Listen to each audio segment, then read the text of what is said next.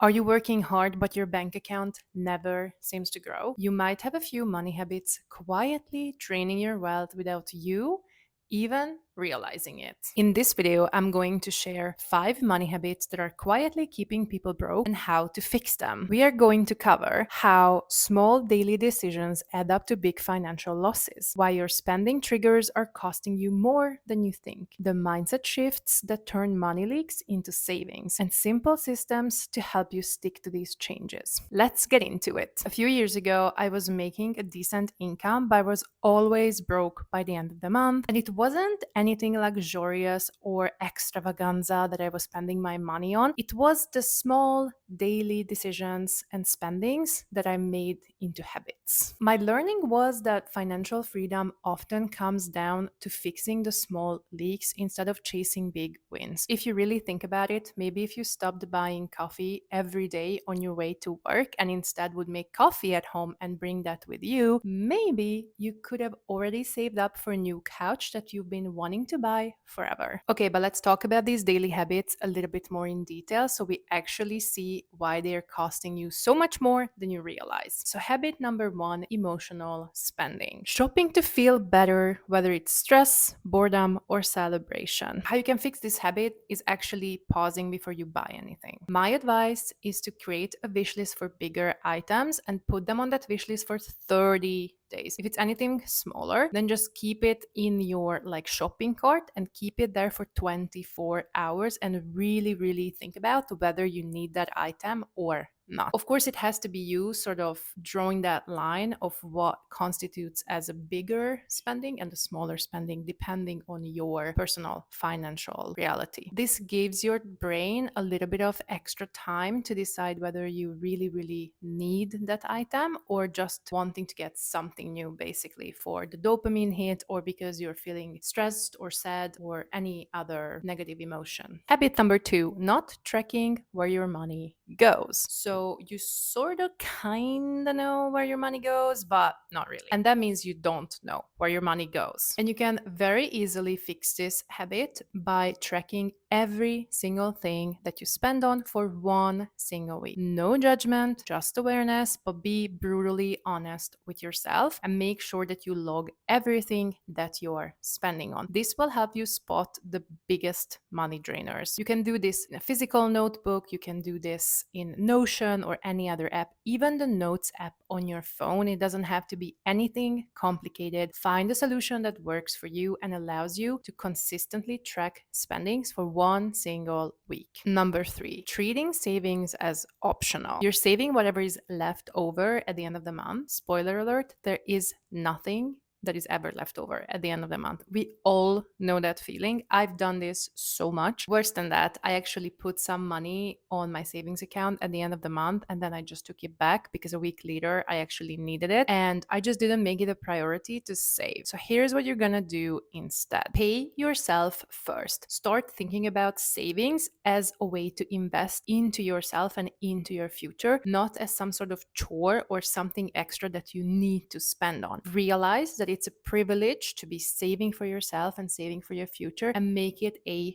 priority. I used to order in a lot of food, like several times a week. And starting out, I made a promise to myself that one weekend I'm not going to do any food orders and instead I'm going to save that money on my savings account. It ended up more than I realized or wanting to admit how much it actually was. At the same time, it didn't feel like such a big amount. It doesn't have to be saying no to every single thing that you want to spend on in a month. Starting out, maybe just say no to one single spending in every single week and save that on a savings account. Believe me, a lot of small things can add up to really big things quite quickly. Habit number 4 is lifestyle creep. And I think more and more people talk about this because as we get older, maybe we get promotions, we get side hustles going and generate a lot more income. We tend to sort of just spend more because we can, not really realizing that we don't actually need to spend more. How to fix this is I would say just bump up your savings rate. Even a 10% bump adds up to a really big change over time. And you can rest assured that again, you're paying yourself first, you're investing in your future, you are investing in yourself. And if anything were to happen, you can rest assured that your savings got your back. A little side note I just want to mention here is it made a huge difference in my spending when I stopped watching hauls. I think it's really, really cool that other people show us what they have and what they got. But the reality is, when you're watching hauls, it's mostly influencers, content creators, who are getting a lot of things for free. You're never going to be able to keep up with that amount of skincare, makeup, clothes, shoes, accessories, jewelry, all that stuff. If you're wanting to buy all of that yourself, you would honestly have to be a millionaire, and still maybe you couldn't keep up with it. So just keep in mind when you're watching the hauls, it's a collaboration, it's a paid sponsorship. They didn't actually spend money on the products. Habit number 5 is ignoring your ghosts. And this would be anything from subscriptions, delivery fees, unused memberships, maybe to a gym. I'm just guessing. These can chip away at your money so quickly and so much without you realizing it. But you are going to fix this very easily. Every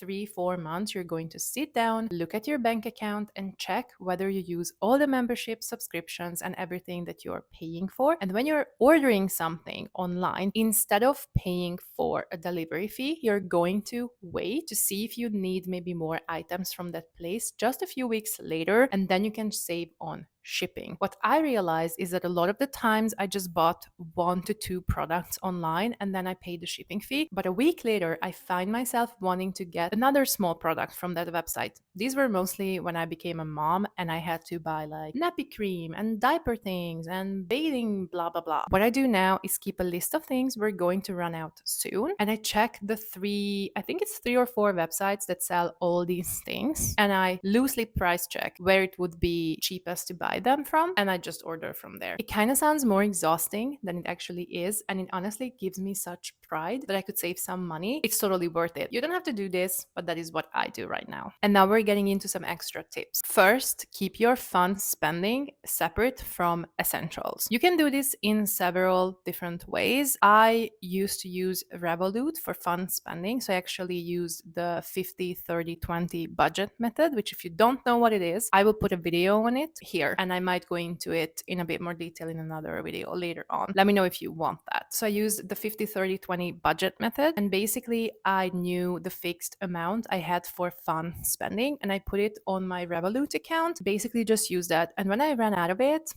there was nowhere fun that month. At least not anything fun I needed to pay for. So then I tried to schedule walks with friends and bought something for myself to drink and just try to, do things without having to spend money, which I think when I was a teenager, it was a very normal thing to do. I still believe that it's entirely possible having fun without having to spend money. If you don't want to use Revolut and maybe you don't like digital methods and you want sort of like a physical possibility to have the money there and see it and touch it and all that stuff, then I think you could use like a cash method, as in you would put cash in different envelopes and you would have one envelope for the fun spendings. Basically, when you run out of the fun cash, then you're not allowed to spend or take money out of any other envelopes. I do think I have a video on this also, so I'll link that below here. And talking about this, I wanted to say that it's probably a good idea to have like an essentials bank account. At one point, I even went as far as having multiple bank accounts, and one of them was like paying all my loans. So I had a fixed amount for that, and I just put it on the loans bank account. And then my main account, I was paying everything from, and I had a savings account, and I had a fun account, and I even had some like specific savings account. I think that it can be a really, really useful method in the beginning. After some time, when I got sort of more in charge of how I spend and what I spent on, I felt confident not having to do this because it felt a little bit micromanagey, I guess. And you definitely do not have to do this, but I'm just giving you some ideas. Maybe it is helpful. You could also think about this in the, say, like envelope way and use that method. If you think it's harder for you to spend when you have cash on you, maybe that could be a good idea to just try out. But I do think with these sort of things, you kind of need to try and see different methods. So I guess as an extra thought here, don't be afraid to try new things to see which one inspire you to spend less on unnecessary things. Next tip, review your budget system every few months, even if nothing has changed. So we really get comfortable with systems that work, but sometimes we get so comfortable with them that we don't realize that we could be having a better system, a more automatic system, or something that would be more helpful. Once again, if you're starting out and you just want to do something easy for free, I definitely recommend Revolut. I know they have a free account because I'm still using their free account. You can also create single-use digital bank cards with Revolut that you can use to pay on websites that you don't know and maybe you're not feeling comfortable sharing your bank account or bank card information with. They have a lot of cool features. Most of it is actually free or super cheap. I've been using Revolut for a long time. This is not a sponsored video by any means, but I think Revolut is a really, really good digital tool that literally connects globally to any sort of bank or bank account. So it just makes it really, really easy to use. Talking about reviewing your budget system, I think there are different budget methods that you can try. There is digital budgeting and physical budgeting. So I feel like if you're just starting out, maybe it is a good idea to try different things for a few months, and every 3-4 months you review the system and see what works and what doesn't. You can definitely do hybrid solutions as well. So I would say you could definitely have, like, let's say your fun budget money in a cash envelope, but then everything else runs digitally. So you really, really like differentiate and separate them. But it's really good to make sure that the system you're using is actually working for you, because if a system that you've been using for budgeting stops working for you, chances are you're just going to stop budgeting. To be honest, like, you're just going to not care because it becomes painful, uncomfortable, takes too much time, and that sort of thing. And with that, I'm going into the next habit. Be honest with yourself about your spending habits and your financial reality. It's not going to help if you're spending more that you can afford, and it's not going to help if you're acting like it's not a problem. I know it's a really, really, really tough band-aid to rip off. Essentially, just need to do it. I've been there. I've done it too. I literally had more than $15,000 debt in credit card debt and loans. It was not a good time. I was not having fun. I was not sleeping well, and I was just avoiding looking at my bank account. But you know what helped? Starting to look at my bank account, starting to face the things I need to pay off, making a plan, and slowly paying it off. If I did it, you can do it too. And it really just starts with being honest with yourself. You might cry. I cried. Oh my God, I really cried. It's okay too. It's okay to be scared, and it's okay to feel fear, feel the feeling, let it go, and move on towards a solution. Because if you don't make a change, which starts with looking at the problem, if you don't make a change, you're never gonna get to a solution. Look at the problem, analyze the problem, make a plan, do the plan. It's that simple and complicated at the same time. Next tip is stop shaming yourself. It won't get you closer to your financial goals. I think a lot of people have a lot of shame about money. I've been working for a long time on trying to free myself from the shame and guilt I feel around money. I grew up with really, really, really bad financial habits from my parents. Sorry, mom and dad, but it's true. And I basically needed to relearn everything from scratch. I feel like I had a lot of resentment towards money. I had a lot of shame towards myself for not knowing better. For example, when I moved to Sweden around 4 years ago, I didn't know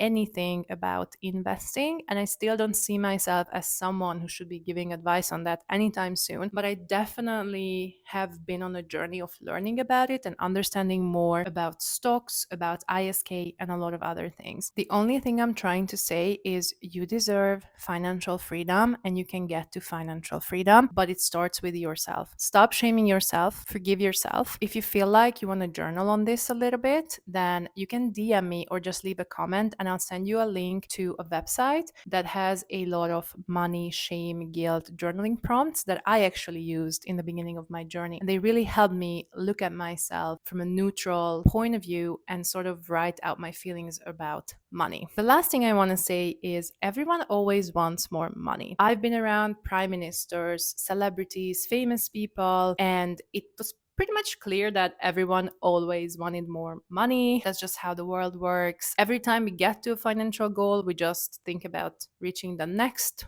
milestone. Talking about the habits that we covered in today's video, I just wanted to say that know that it's a process too, and you're not going to fix all your spending habits overnight. It's better to be consistent in small incremental steps and take one habit at a time and really take your time with them and make sure that you change them instead of rushing all in and then giving it up 3 days later. And if you're someone who uses Notion, I just wanted to let you know I have a bunch of free templates when it comes to budgeting and different methods of it. So I'm going to leave you a link in the description box. Feel free to check those out. Thanks for hanging out with me today. I hope that you learned something new. And if there are any topics you want me to cover, let me know in the comments. In the meantime, remember, progress over perfection.